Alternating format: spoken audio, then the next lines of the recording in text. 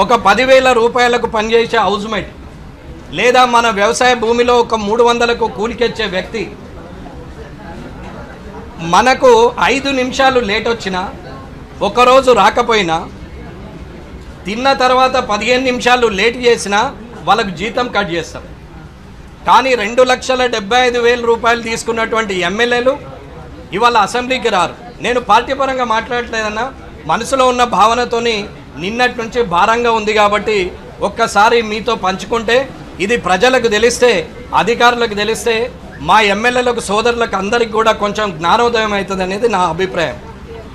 Assembly అంటే పేకాట club లాగా అయిపోయిందన్న.